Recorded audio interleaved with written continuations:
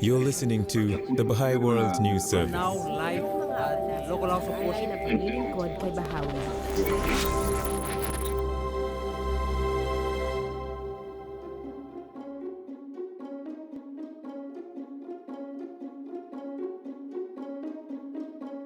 In this episode, we are joined by participants in a recent series of consultations held at the Baha'i World Centre on the topic of how Baha'i houses of worship are becoming the spiritual centres of communities around the world.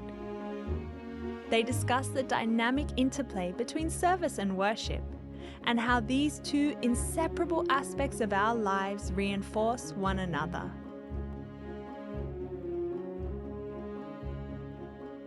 We hear from Sarah Creedy from Australia.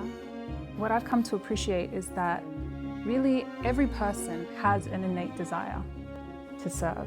George Davis from the United States. When we serve others in this true spirit of worship, that is the same as prayer. Jaydeep Mahalati from India. As the devotional character of the community is taking shape, families are coming together to consult. Natalie Ngon Nyem from Cameroon. So you can imagine that in such a community, when there is like these challenges that we can have, it's no longer like you are alone to do it. Nadim Uladi from Bolivia. In a way, prayer keeps you anchored to the right things. And Singyi Lau from Cambodia. They stay together, they study together, they learn different insights and skills about how to help the community that they are in.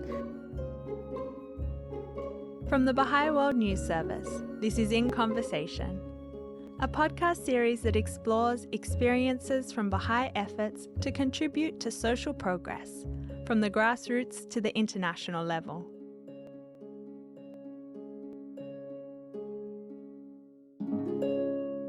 Hey, good evening, friends. It's so wonderful to be with you all and, to have this conversation about some of the really exciting developments going on around the world among Baha'i communities, and really to have a chance to share some of our experience with how Baha'is are trying to contribute to the betterment of the world through exploring the relationship between worship and service to humanity, and how that takes place in different ways in different communities according to culture and experience, but how it's really all part of one process of learning.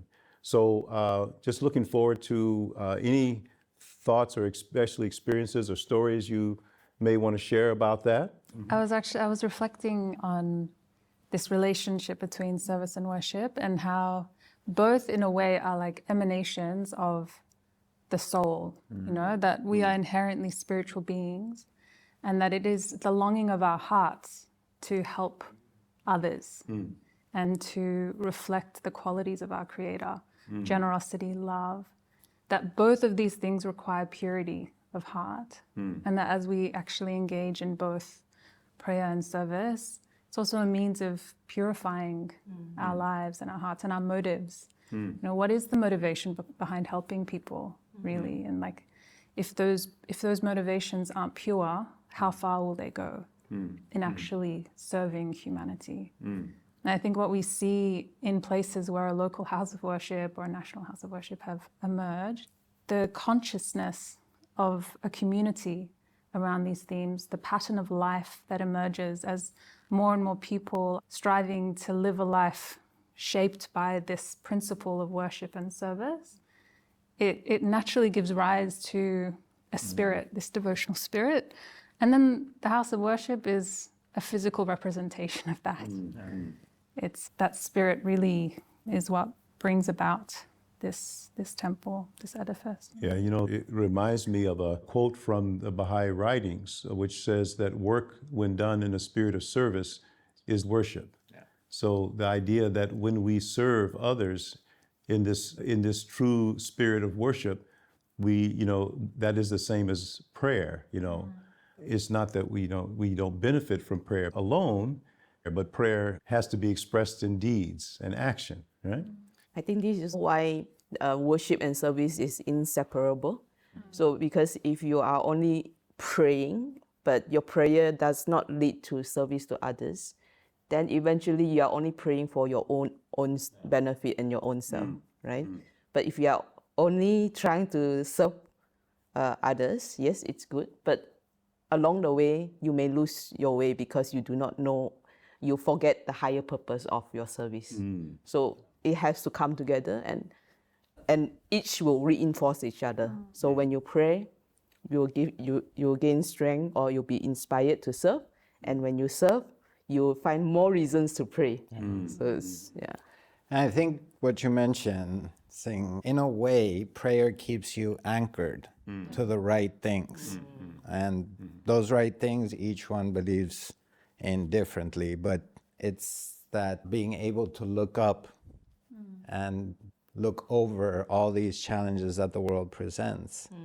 And prayer keeps you anchored in those, let's say, correct tenets or right tenets that have to do with justice, unity. And this is what inspires everything you do, you know. And of course, what you do also feeds off of prayer. But this pattern of community life is definitely the one thing that will keep whatever community anchored, you know. And as Sarah was saying, it will feed your soul. And feeding your soul is basically what will keep your heart pumping.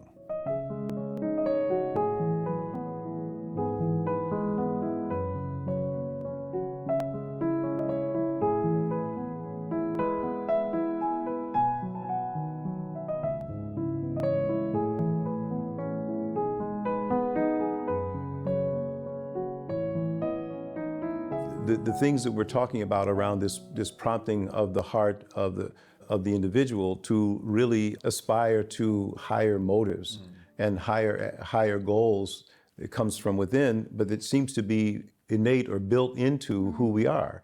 In other words, it's not something that someone gives us or someone teaches us, that, you know, but really something that is really a birthright in a way, isn't it? Yeah, but I think what's interesting is that it can also start to get clouded by a lot of the forces that are impacting people in our society as well. Like, I don't think we can deny that there are very strong forces of materialism, individualism. You know, like, there are a lot of things that prompt us to make decisions that are not aligned with this higher nature, and that also feel very natural. We also have a lower nature, you know, that it can be very tempting to live a life that is centered on ourselves, to, you know, relax when we have some spare time rather than go and help someone else. And, you know, like, what is it that keeps us motivated, keeps us going? I think what I've come to appreciate is that really every person has an innate desire to serve. And sometimes the struggle is, you know, not having the space, not having an understanding of how they can, you know, channel that. We're actually like, what is the purpose of our study? What is the purpose of our work? What is the purpose of, like, being a member of our family, you know, a contributing member of our family? All of it is in the spirit of service. Really, that we don't see service as this, like, separate thing that we do. Service defines everything that we do. It gives shape and purpose to all of the things that we engage in our lives. And I think as young people begin to appreciate this, like, this concept of living a coherent life where service is at the center and everything that we do emanates from that, then the motivation comes quite naturally, really. Yeah. Okay, that just remind me about this collective transformation. So I have this story from one village in the East Cameroon. So there you have a devotional gathering all over the different houses. So today is a devotional gathering. I come with the whole of family, so we go together to the neighbor. We pick the neighbor, we go to the next neighbor, round the village to call the other one to go for prayers. The final place where there is a devotional gathering, you may have that more than 600 people attending, and it is the whole village that are coming together. So there you see this collective transformation. So you can imagine that in such a community, when there is like these challenges that we can have, it's no longer like you are alone to do it. So you have the community with you, and together now we consult and we move forward. So we see this really collective transformation.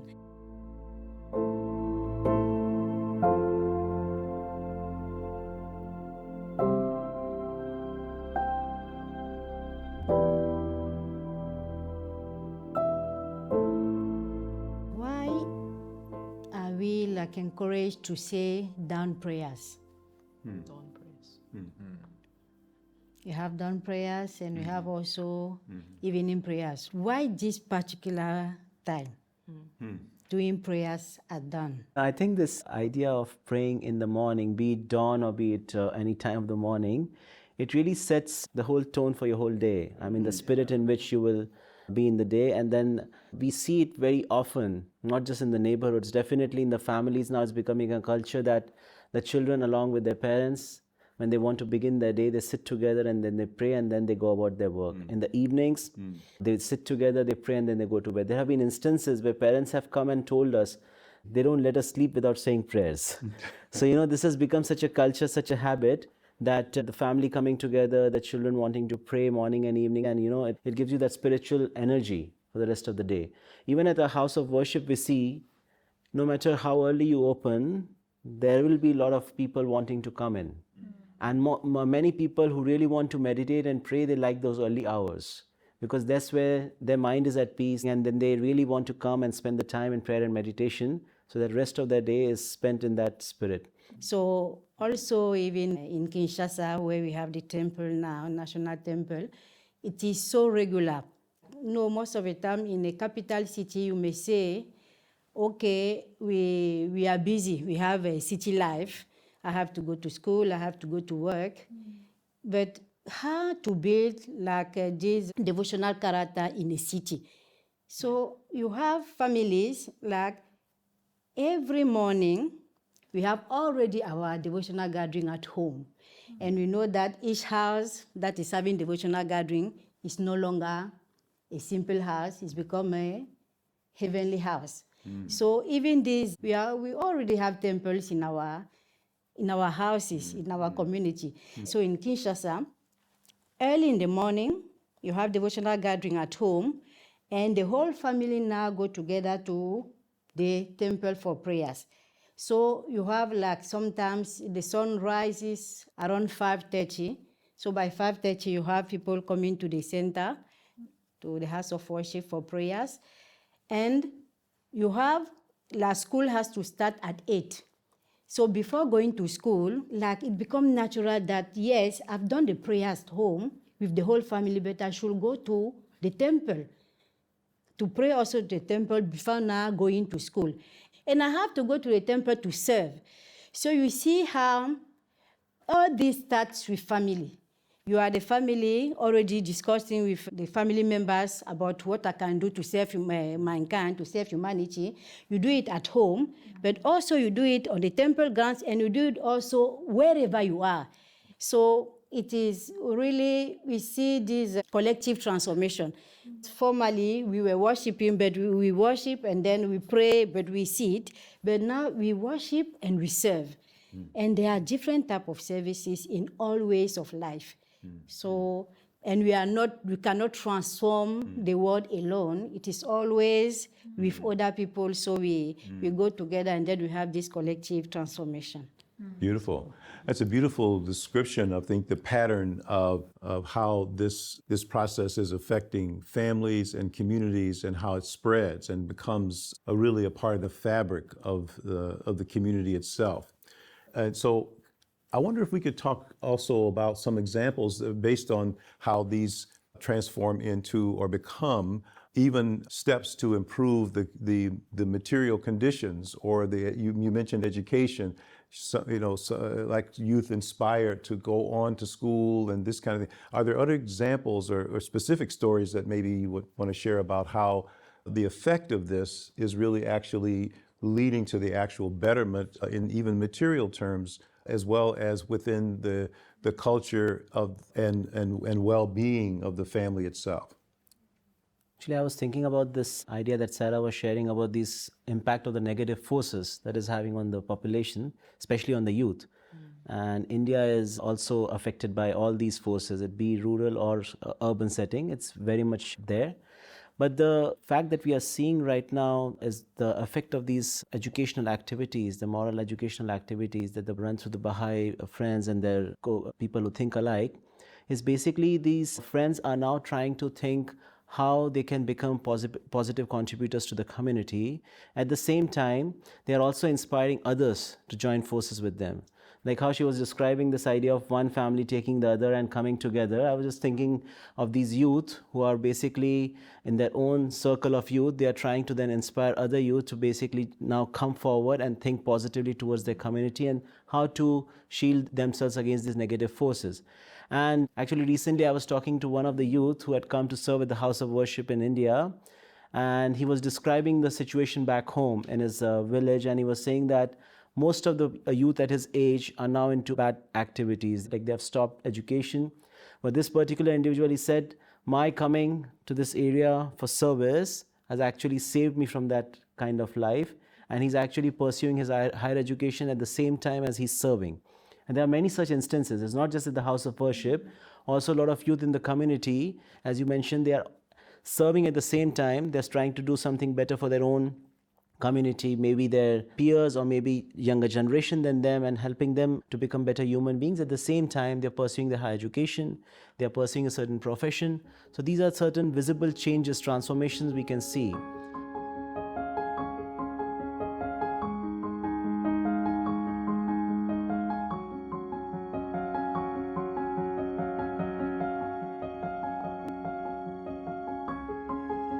Another major change that we see is basically when we have these settings in the families, when families come together, there are certain settings when families, one neighbor did not talk to other, for various reasons. Maybe it's a difference in opinion, maybe it's difference in religious background. But because over a period of time, this devotional character has developed in that community and these families have learned to come together, the bonds we can see has really strengthened between those families. There is a nice friendly, extended family kind of setup now. So these are some of the transformative changes we see. The kids play together, kids come together for different kind of activities, they're going to school together. So these are some positive forces that we see that are trying to protect these younger generation from these negative forces. I think that is why it's so important to have collective action, because when we have collective action, not only we are able to, reinforce each other's action by the different talents and capacities that we each have, but there's this sense of mutual support that we have. If someone falls down, another person is there to support him. If someone feels sad or is encountered with a challenge, another person is there to behind him. It's like for example, now we are seeing groups of youth going to study, to learn how to serve their community better. And we have seen that when the youths come from the same neighborhood, for example, and go through the process together, they are able to serve better because they are able to support each other through the years and navigate through their different periods of life.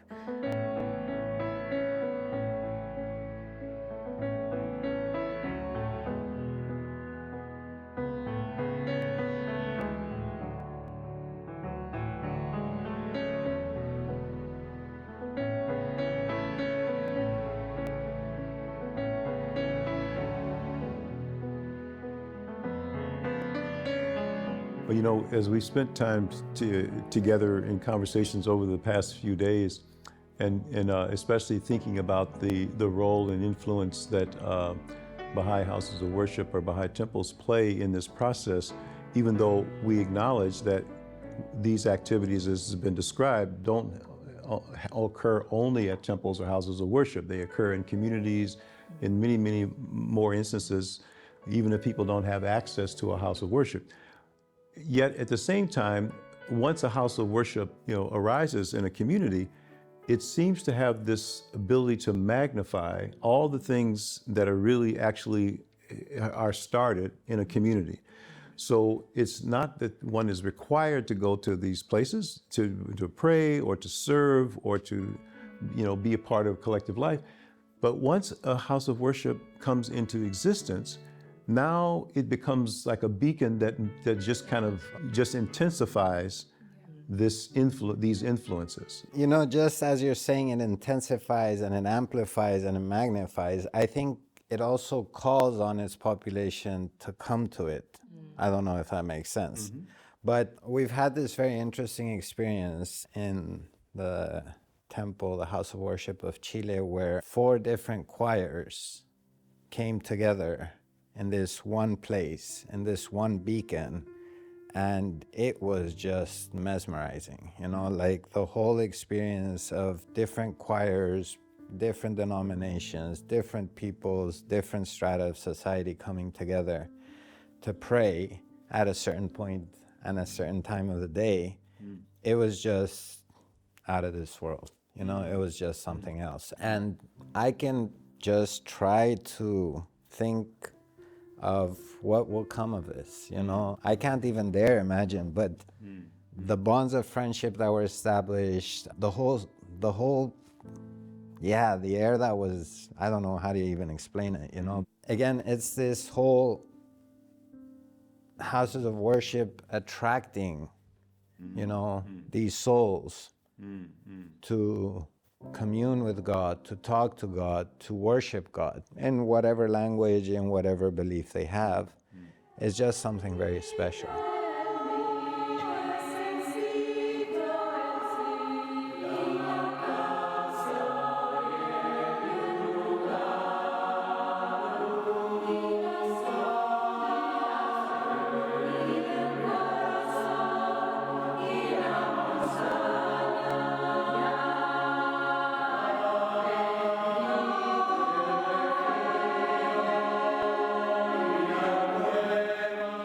You've been listening to In Conversation, a podcast series from the Baha'i World News Service. For more podcasts and stories, visit news.baha'i.org.